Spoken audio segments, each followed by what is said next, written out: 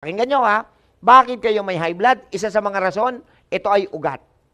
Ang ugat, nagkakaroon ng blockage. Pag block po yan, traffic. Tama ba? So, hindi makakadaloy. So, paiinumin kayo ng vasodilator. Susulat ko. Ngayon ko lang ito ginawa. Dapat dun eh. Pero para lang sa inyo. Vasodilator. O, yan ang pinaiinom. Beta blockers. Okay, ano ang vaso? Ang ibang English niyan, veins. Tagalog, ugat. Ano yung dilate? To dilate, to open. Sa Tagalog, buka. So, ang trabaho ng iniinom nyo, pampabuka ng ugat.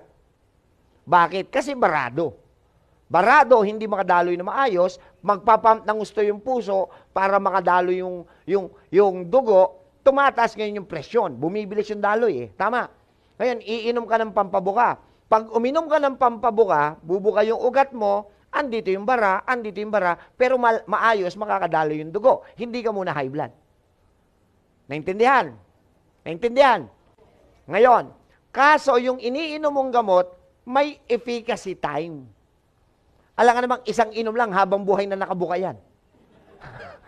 Nakigets nyo? So, 24 hours. Okay, pag 24 hours, mauubos na yung laman ng gamot, so, babalik sa pagliit. Pag lumiit ulit, anong gagawin nyo? Iinom. Pag uminom, bubuka. Liliit, iinom, bubuka. Liliit, iinom, bubuka. Kaya kayo may maintenance kasi, bubuka.